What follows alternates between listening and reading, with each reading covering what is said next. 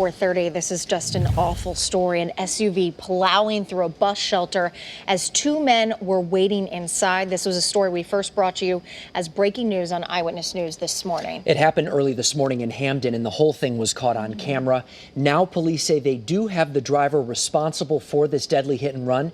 Channel 3 New Haven Bureau Chief Matt McFarland is live right now in Hamden with the details there from the scene. Matt?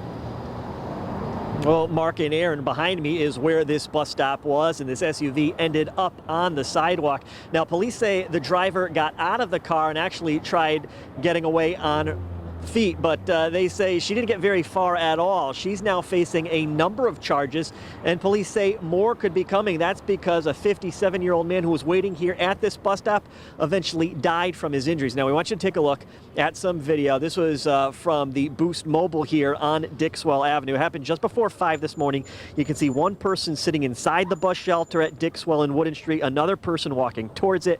That's when the headlights of a Jeep Liberty suddenly appear, and we're going to freeze the video before impact. Hamden police tell us 31-year-old Pinky McBurrows of Ansonia was driving north on Dixwell when she crossed over the center line and smashed right through the bus stop enclosure. The Jeep with heavy front end damage came to a stop on the sidewalk, and police say McBurrows got out of her car and took off, but was quickly caught by a Hamden officer. The two men waiting at the shelter, well, one of the victims, a 57-year-old from Hamden, he eventually succumbed to his injuries.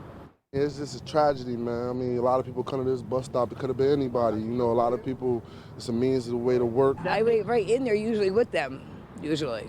And now it's more scary waiting here knowing that someone died here. And I'm here every day. I usually come here.